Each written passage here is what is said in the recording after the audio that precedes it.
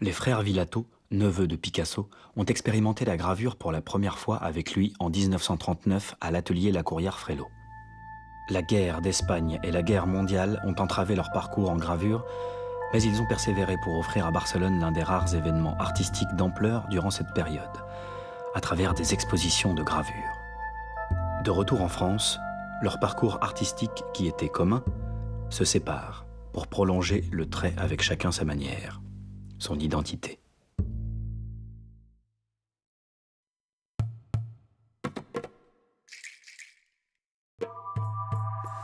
Además, Finn ya de por sí es una persona muy especial.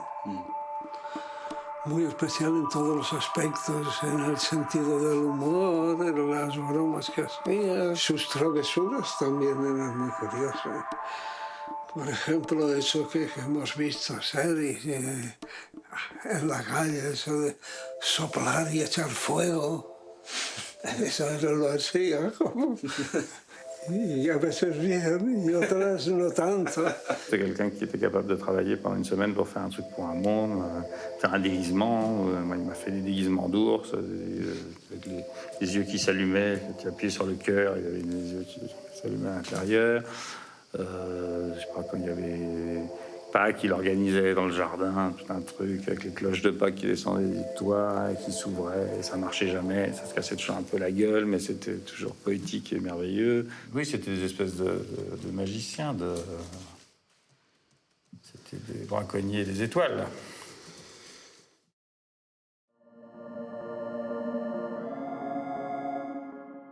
Tot el seu món, el seu univers iconogràfic. És a dir, tots aquests personatges que encara a hores d'ara no sabem ben bé per què es deien d'una manera o d'una altra, perquè a més Finn no només grava o no només pinta, també té uns textos, diríem, inèdits, no?, sobre aquests personatges que ell en deia els Matsullames, que són els protagonistes de les seus gravats i de moltes pintures que constitueixen, no sé, un món, és un món d'unes figures, sobretot un món de moltes figures d'animals, el món dels ocells, els cavalls, etc., com més interior. Toutes les peintures du début, mais du début déjà un peu en marche, il y a ce trait très croisé des choses fines, des choses qui sont un peu dans la filiation des choses du Gréco, enfin, ces choses-là qu'ils ont beaucoup regardées à ce moment-là. Et donc il y a ce trait très hachuré, très croisé, qui va très bien qui lui va très bien quand il rentre dans l'eau forte. Il est tout de suite dans quelque chose, dans un langage qu'il connaît et qu'il comprend. Le trait de Rota Finn est foisonnant de vie, d'élan. Il s'épanouit dans les sillons qu'il creuse et recreuse, jusqu'à trouver son juste relief, son intensité exacte. À travers l'estampe, on voit l'idée qui se matérialise à travers le combat physique. Une lutte de longue haleine avec la planche pour lui dérober, lui arracher le sens qu'elle cache dans sa linéarité. Les planches sont souvent décapées par les traits multiples qui se rejoignent et font apparaître le motif avec une vibration saisissante. L'énergie qui se déploie dans ces planches pour faire jaillir le sens est caractéristique de son œuvre, de sa vie. Le combat pour faire naître le trait. Il y a une grande noblesse du bricolage chez Finn. Finn est un artiste qui, avant beaucoup d'autres, se met à faire des bricolages, des papiers froissés, des trucs collés, des trucs avec des clous, des choses avec des cordes. Les ciseaux sont presque aussi importants que les pinceaux chez Finn. Finn qui était aussi vraiment dans la transformation des tableaux, d'en reprendre, détruire, bousiller, refaire par-dessus. Enfin, tout ce processus-là dans la peinture, dans la gravure, on a justement la chance d'avoir des états et on comprend un peu comment il mène les planches des fois à l'extrême, il les martyrise un peu loin, quoi. Il va très loin, même à la limite des fois de tout faire sauter, quoi. Il se rend pas comme ça, quoi. Il se contente pas d'une image facilement. Juste après la guerre, la ruche était très sinistrée et devenue un endroit à la limite de l'insalubrité. Il y avait un tout petit robinet pour tous les ateliers. Et Finn, c'est un des premiers ateliers qu'il a eu. Et voilà, c'était une ambiance extrêmement misérable. Eux acceptaient aucune aide de leur oncle par moment. donc était dans des situations très extrêmes, mais particulièrement fines. Mais au milieu de ça, il travaillait et il y avait cette espèce de folie voilà, de jeunes artistes qui voulaient faire leur œuvre. Il s'agit de faire de la gravure, de toucher à cette matière gravure, même dans les moments les plus improbables, quoi. Et ça, c'est cet amour de cette matière, quoi.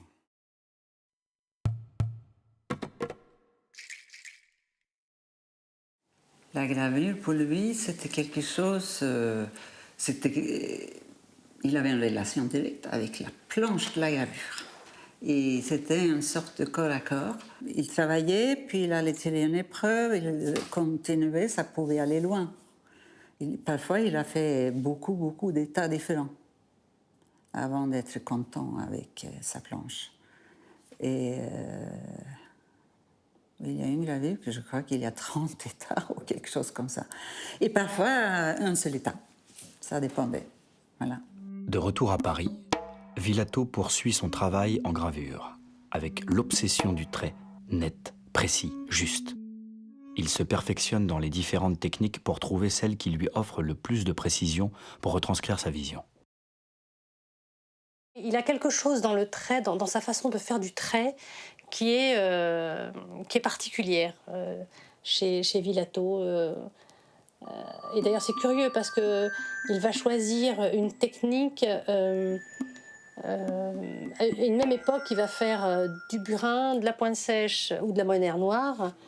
Et à chaque fois, finalement, il va choisir la meilleure technique pour cette gravure. Alors forcément, cette gravure, elle naît aussi de la technique qu'il utilise, mais on sent voilà, qu'il y a une maîtrise de ce qu'il fait et de l'éventail des possibilités de la gravure qui est vraiment spectaculaire. Il a fait des œuvres spectaculaires en pointe sèche. Donc la pointe sèche a la particularité d'être un trait qui a une espèce de barbe, on appelle ça une barbe. Donc un bout de métal qui dépasse du trait et qui garde l'encre et qui donne un côté comme ça un peu velouté, velouté. Et Villato, voilà, comme ça, il a des pointes sèches spectaculaires, il a des manières noires tout à fait incroyables. D'ailleurs, dans le texte qu'il a écrit à la mort de Picasso, il parle de la façon dont Picasso lui disait qu'il fallait faire les manières noires. Je pense qu'il a beaucoup plus appris en voyant et en parlant avec Pablo que en ayant une espèce d'apprentissage dans des ateliers. Quoiqu'il a quand même traîné beaucoup chez La Courrière à certains moments. Il a fait quelques trucs pour les éditions La Courrière, il a travaillé là-bas. Mais en fait, Javier allait surtout chez La Courrière parce qu'il y avait une grande boîte à grains. C'était surtout ça. Au début des années 50, Villato trouve une presse sur un marché et sollicite son oncle pour l'aider à la financer. Ce qu'il fit. Cette presse est au cœur de son œuvre. Avec elle, il va pouvoir expérimenter dans un premier temps, mais surtout par la suite, elle va lui permettre de contrôler l'exactitude du rendu qu'il souhaite au tirage. Le tirage était super important. Et parce que ça changeait beaucoup d'une personne à l'autre en plus. C'était pas la même chose, lui, que l'imprimeur, par exemple. Donc, parfois, il n'était pas content, parce que ça ne correspondait pas à ce qu'il avait fait, lui. Donc, comme il avait décidé que ça soit comme ça, donc et après, ils essayaient avec l'imprimeur de trouver la solution pour que ça devienne... c'est normal que c'est pas la même personne, donc on peut croire, comme il y a une presse qui est là au milieu, que c'est pareil toutes les épreuves. Non, pas du tout. Du tout, d'après ce que j'ai vu et compris. Et lui, il aimait que ce soit très bien tiré, mais que ce soit tiré très cash, quoi, très nature, ce qu'on appelle nature, tiré nature, c'est-à-dire sans artifice, sans retrousser, sans rajouter rien. Il fallait que ce soit le plus pur possible. Et au fond, mais ça va aussi dans sa façon d'envisager son travail toujours. Pour lui, vraiment, c'est le graveur, et quasiment, je dirais, le graveur tout seul, qui, s'il n'est pas trahi par un imprimeur, fait sa gravure.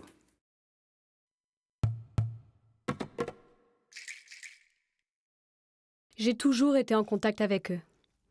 J'ai particulièrement aimé mon neveu, Pépé Fine, qui est mort il y a quelque temps déjà. Lolita Vilato, sa sœur, me rend visite de temps à autre. Je vois aussi l'autre peintre, Javier Vilato. Pépé était exceptionnel. Il est mort jeune. Il n'a pas eu le temps de développer dans sa peinture le grand talent qu'il avait. Il était très discret. Il ne profitait jamais de mon nom et ne me demandait rien. C'est pour cela que je l'ai tant aimé. C'est moi qui ai eu la relation la plus constante, intense, profonde avec mon oncle. Il aimait mon frère Fine autant ou plus que moi-même. Il avait un faible pour lui, mais en réalité, il s'entendait mieux avec moi, peut-être à cause de mon caractère. La relació dels germans Vilato amb el seu oncle, Picasso, crec que va ser d'un ordre molt diferent.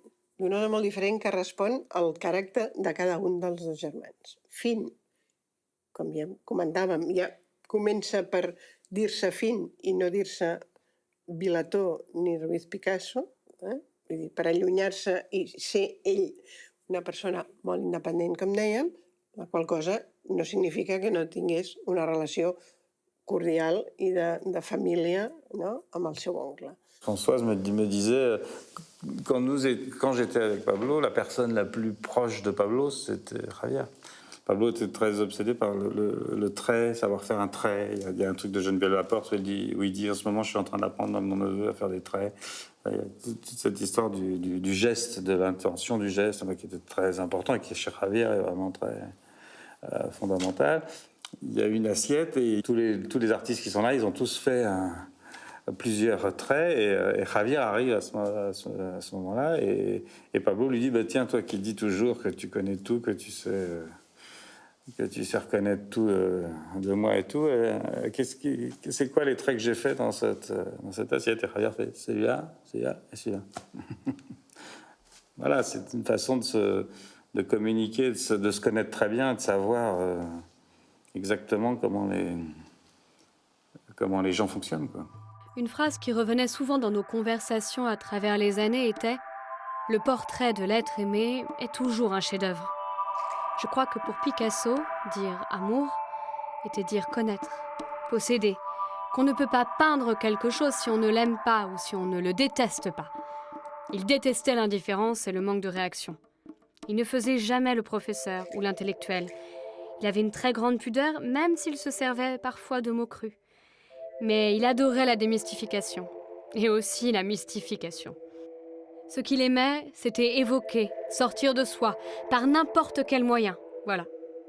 Il disait souvent, pour réussir une toile, il ne faut que 5 minutes. Pour la rater, toute une vie. Et aussi qu'il ne fallait pas avoir de regret d'effacer quelque chose que l'on a fait, parce que on le retrouve toujours dans le travail, que ce n'est pas perdu. Et maintenant, je pense, où vont toutes les choses qu'il avait effacées, puisqu'il ne peindra plus?